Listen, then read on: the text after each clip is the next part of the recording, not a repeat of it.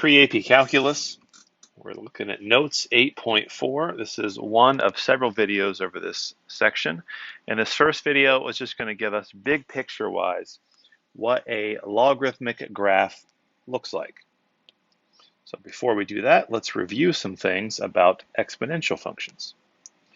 The inverse of an exponential function is a logarithmic function. So that may be a surprise to you. Let's remember some properties of functions that are invertible, ones you can find the inverse. First, a function must be one-to-one in order for the inverse to exist. Summarize how to determine if the function is one-to-one or not. So we discussed this before. Numerically, f of x is one-to-one if no x values share y value. Graphically, f of x is one-to-one if it passes the horizontal line test. So looking at this graph, we can see that it passes the horizontal line test because there's no place I could draw a horizontal line and touch the graph in more than one location. So this must have an inverse. Consider for a moment the exponential function f of x equals 2 to the x, which is graphed over here. Here are some things to remember about this parent graph. 1, there's a horizontal asymptote at y equals 0. We can see that is pictured in this graph. 2, exponential functions always have a starting point at 0, 1. That is a starting point that you always want to keep track of when transformations happen. And then 3, since it has a base of 2, every time you move right, you're going to move up double the distance from the horizontal asymptote. It's double because the base is 2. If this base was 5, you would move up 5 times the distance from the horizontal asymptote. So let me illustrate what I mean by this. Our starting point goes up 1. If we move to the right 1, we should go up twice as far, which is 2.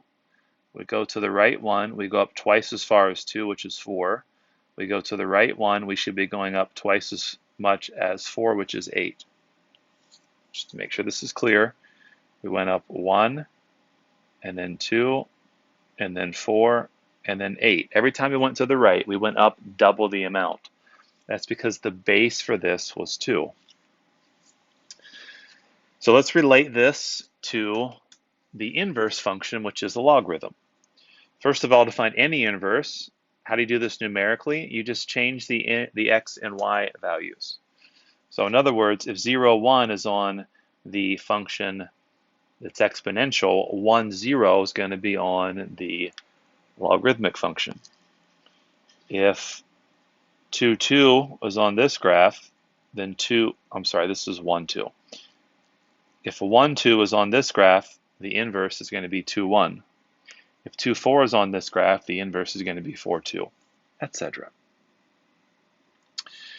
We are tasked with the graph of an exponential function has a horizontal asymptote. This is before our task.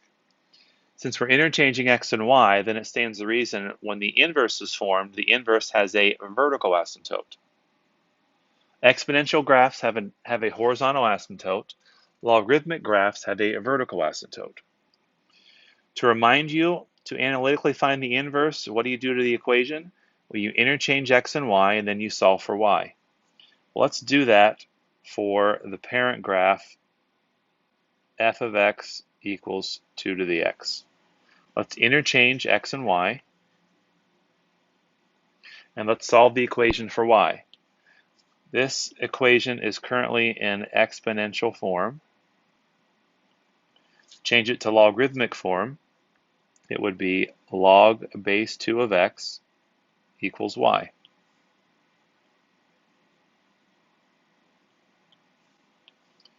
So what I am suggesting strongly is that the inverse of f of x is this function right here. Y equals log base 2 of x, which I could call many things, but let's call it f inverse of x. Looks like down here I actually called it g of x. So this is the process that you go through to find the inverse of an exponential function. Interchange x and y. get y by itself by changing it to log form, and then replace the y with inverse notation or whatever the function's called. So there's some parallels here that we want to consider. Consider for a moment the logarithmic function, which is graphed. We'll look at the graph in a moment. If the exponential graph has a horizontal asymptote at y equals 0, and the x's and y's are changed, it should stand to reason that there's going to be a vertical asymptote at x equals 0 for the inverse. X becomes y, y becomes x. Exponential graph has a starting point at 0, 1, so the inverse of that, it would stand to reason, has a starting point at 1, 0. Just look at those two things on this graph to the right.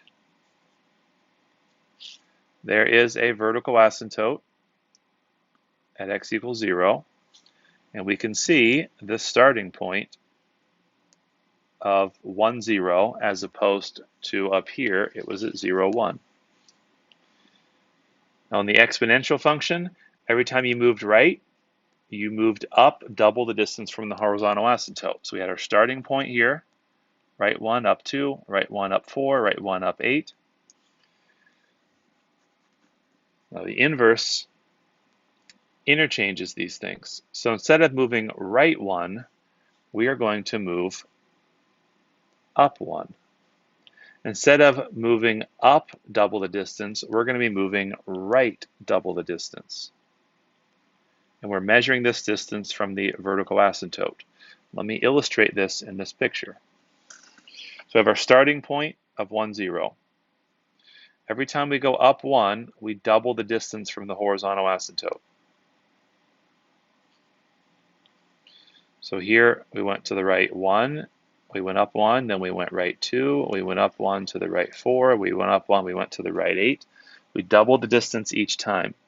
Look at the parallelism, symbolically, of what's happening in this graph and this graph. These are inverses. This represents, the risk of being overly redundant, the parent graph of a logarithm. This represents g of x, which is log base 2 of x. Let's say this base was an 8. Then this distance would be multiplied by 8 each time. It's times 1, or it's plus 1, plus 8, plus 64, plus whatever 64 times 8 is. All right, we're almost finished with this video.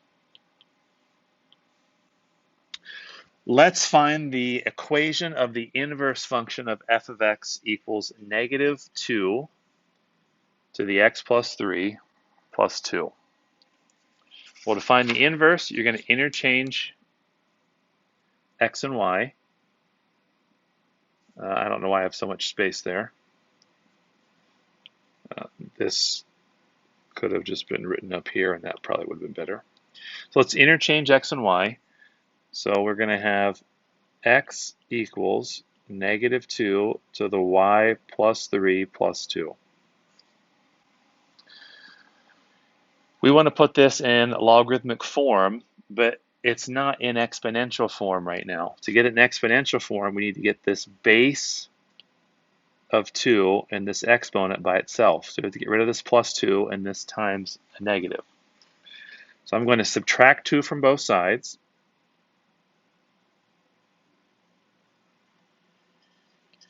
I'm going to then multiply both sides by negative 1. I'm going to intentionally not distribute it on the left.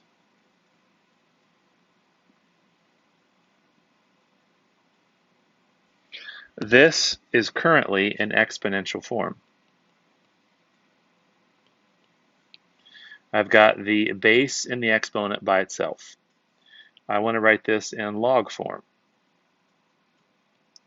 To write this in log form, I'm going to have log base 2 of my argument, which is a negative x minus 2. To make sure we understand that's the entire argument, I'm going to put it in brackets.